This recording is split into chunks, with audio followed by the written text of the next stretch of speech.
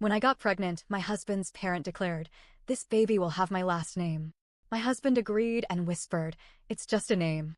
I pulled out the official birth certificate and said, "Funny, because I already chose one." Their eyes widened as they read the shocking name I had picked instead. I met my husband Matt in college. We were both students at Rutgers. I studied nursing. He was pre-law but ended up going into finance. We dated for years, got married after we both landed stable jobs, me at a hospital in Newark, him at some firm in Manhattan. We live in a quiet suburb now. Think mid-sized house, decent yard, good schools. From the outside, we look like a pretty standard middle-class couple. What most people don't see is his family. Matt comes from money. Not billionaire yachts and private islands money, but enough to grow up in a gated community, go to prep school, and still have a trust fund in his 30s. His parents, Frank and Laura, are those people. They host wine tastings. Refer to Whole Foods as the market. Go skiing in Vermont every winter. Laura speaks in a soft but condescending tone like she's in a perfume commercial. Frank once told me I was very articulate, like I was a stray he'd found reading Shakespeare under a bridge. I was born and raised in Elizabeth, New Jersey. My dad ran a small diner. My mom worked in a dry cleaner. They never made much, but they raised me with grit, love, and pride. So yeah, I'm not who the Harringtons pictured for their only son. They tolerated me, but just barely. They made passive comments. They'd act surprised any time I showed I had a brain. But I let it go.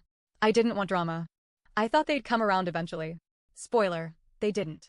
After 2 years of trying and 3 miscarriages, I finally had a pregnancy that held.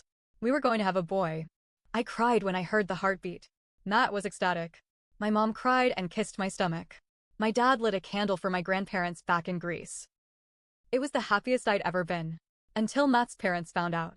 I was barely out of my first trimester when Laura started talking about names. "We already have one picked out," she said at dinner.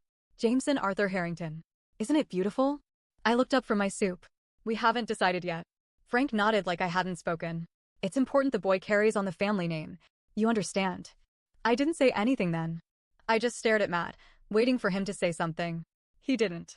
Later that night, when we were alone, I asked him what the hell that was. He shrugged. "They're just excited. It's a name. Don't make it a big deal." I said, "Matt, we haven't even talked about names yet." He said, "We can name him Jameson. It's my grandfather's name." I said, "My grandfather's name was Leonidas. He literally fought Nazis. And I don't see anyone suggesting that." Matt said, "It's not a competition. It's just a name."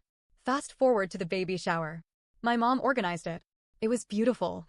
Greek food, blue and white decorations, music, family, friends. It felt like love. Then Laura showed up. She brought boxes. Inside, baby clothes embroidered with JH diaper bags, blankets, a tiny gold bracelet that said, Jameson. There was even a custom book called Welcome to the World, Jameson. I tried to smile. I really did. I pulled Matt aside and whispered, "What the hell is this?" He looked down. "They're just gifts." "You told them the name?" I asked. He avoided my eyes. "They needed something to put on the embroidery. They're just trying to help." That's when something inside me started to snap. Not all at once. Slowly, like a rope fraying strand by strand. After the shower, I tried to be rational. I told Matt we needed to talk about this seriously. That naming our child wasn't a branding opportunity for his parents. That my family mattered too. He gave me the same line over and over. "It's just a name." I brought up compromise. Middle names. Double-barreled last names. Greek and English combinations. He said, "It's not worth fighting about." But it was. And the more he brushed it off, the more I realized how alone I was in that moment. When the day came, it was chaos. My water broke at 3 a.m. We rushed to the hospital. Long labor. Pain. Blood. I'll spare you the details. At one point, I passed out and woke up with an oxygen mask. Next thing I knew, I was in recovery, and a nurse handed me a clipboard. "Time to fill out the birth certificate," she said. Matt had gone to grab coffee. He wasn't in the room. I stared at the blank spaces. And then I made a decision. Not out of spite. Not out of anger. But out of self-respect. Name. Nikos Leonidas Papadopoulos. Nikos was a name my grandfather loved. Leonidas was his own name. Papadopoulos was mine.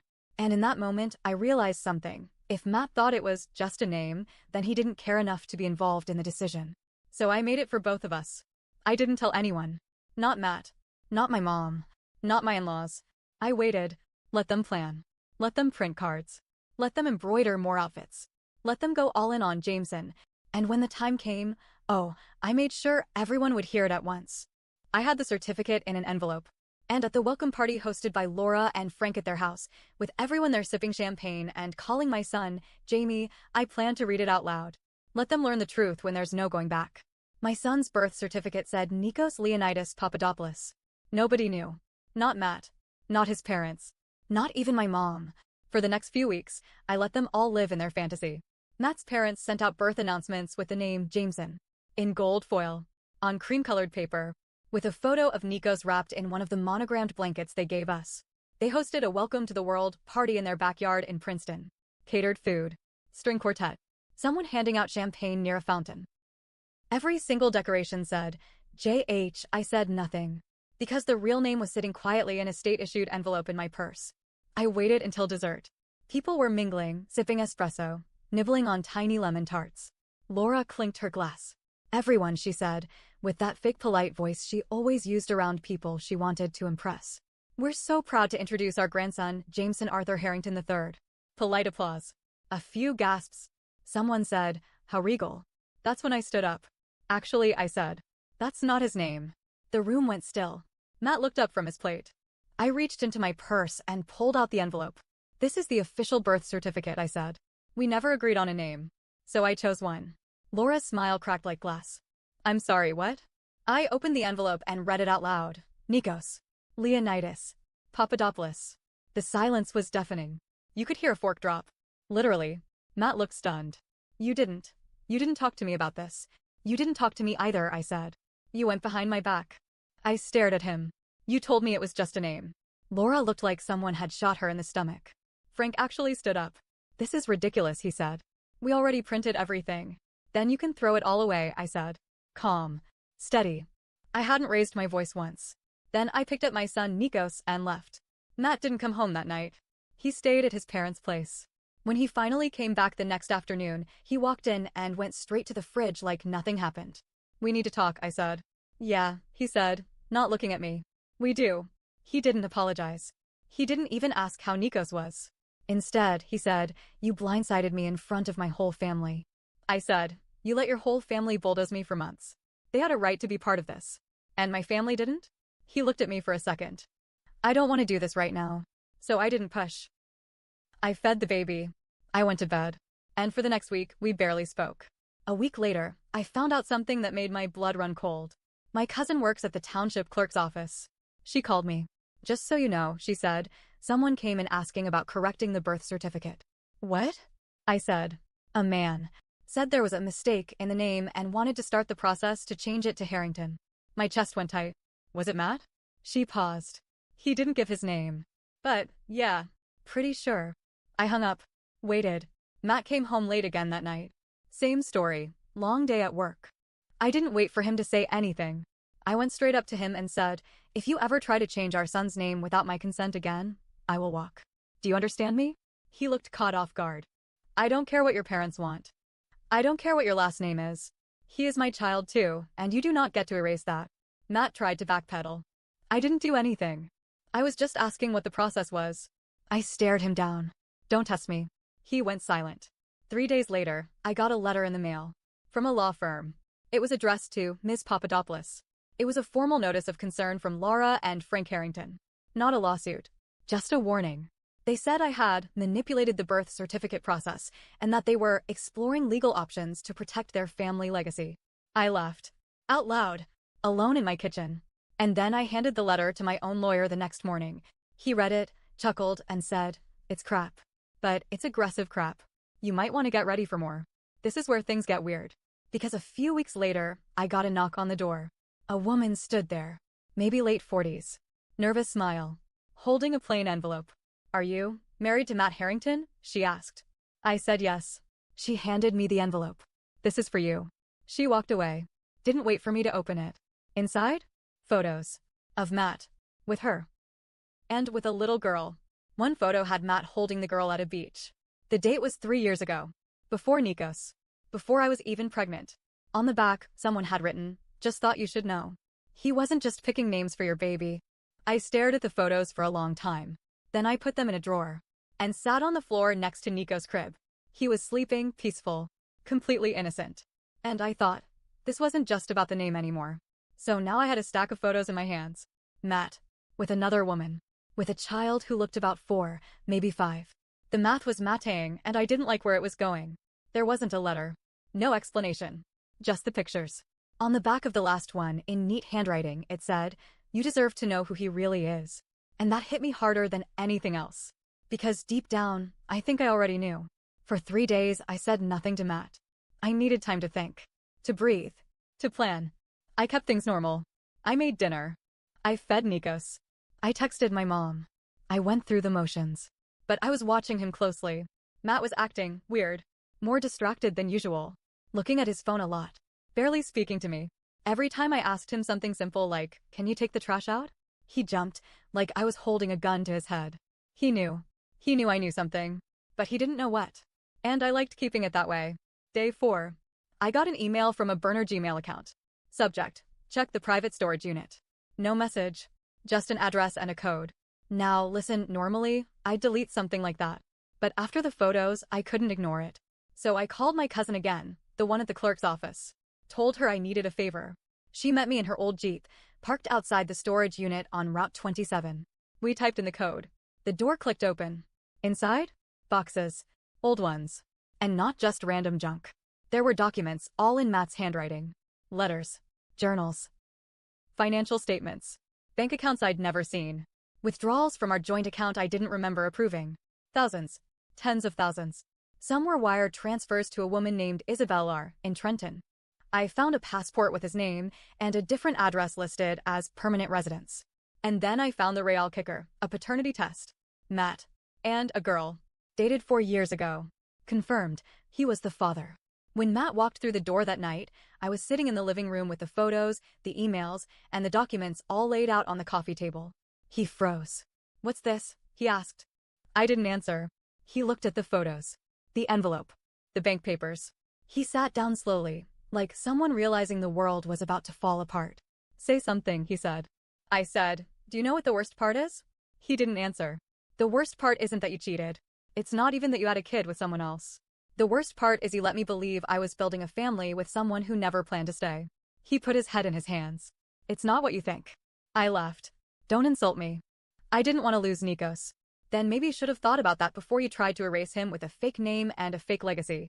Just when I thought this couldn't get any worse, it did." That night, while Matt was upstairs sulking, I called the number listed under Isabel R. from the bank statements. I didn't expect her to pick up. I didn't expect anything. But she did. And when she answered, she didn't sound confused. Or angry. Or surprised. She said, "I was wondering when you'd call."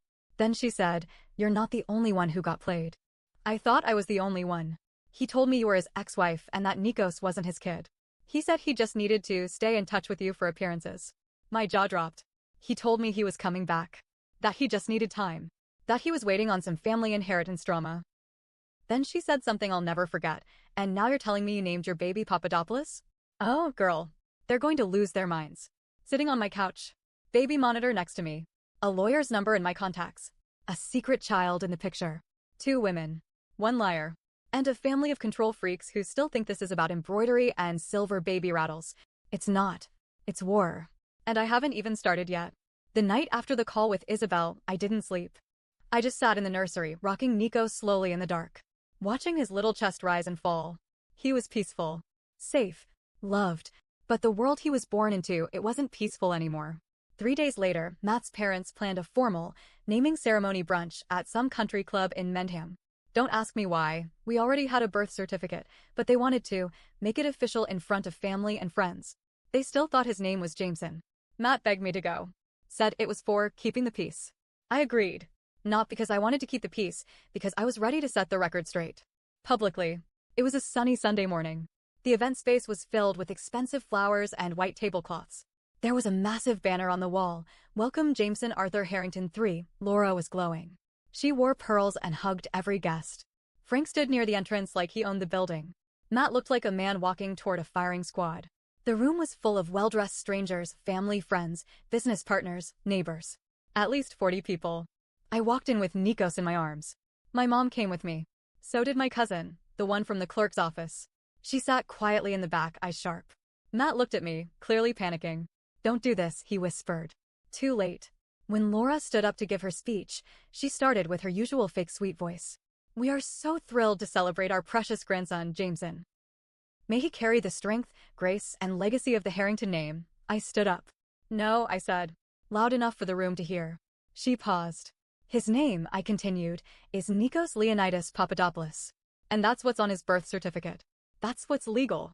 That's what's real. You could feel the entire room stop breathing. Frank stepped forward, angry. This isn't the time or place, actually, I said. This is the perfect time. Since you've gone out of your way to ignore reality. I turned to Matt. Tell them. He shook his head slightly. Please, not here. Tell them, I repeated. Silence. Then I pulled out the envelope. The same one I brought to the last party. Inside, copies of the birth certificate and the wire transfers. And the photos. I handed them to Frank. He flipped through. His eyes widened. Laura reached for them. She gasped when she saw the child in the photo. Her hand flew to her mouth. Matt was dead silent. Then I said, your son has another child. A daughter. With a woman he was seeing while we were married. And he's been sending her money for years. Gasps. Also, I added, he told her I was his ex-wife and that our baby wasn't his. I looked at Matt. Still want to talk about names? Laura dropped the papers. You cheated on her? She asked Matt, voice shaking. Matt didn't answer. While she was pregnant?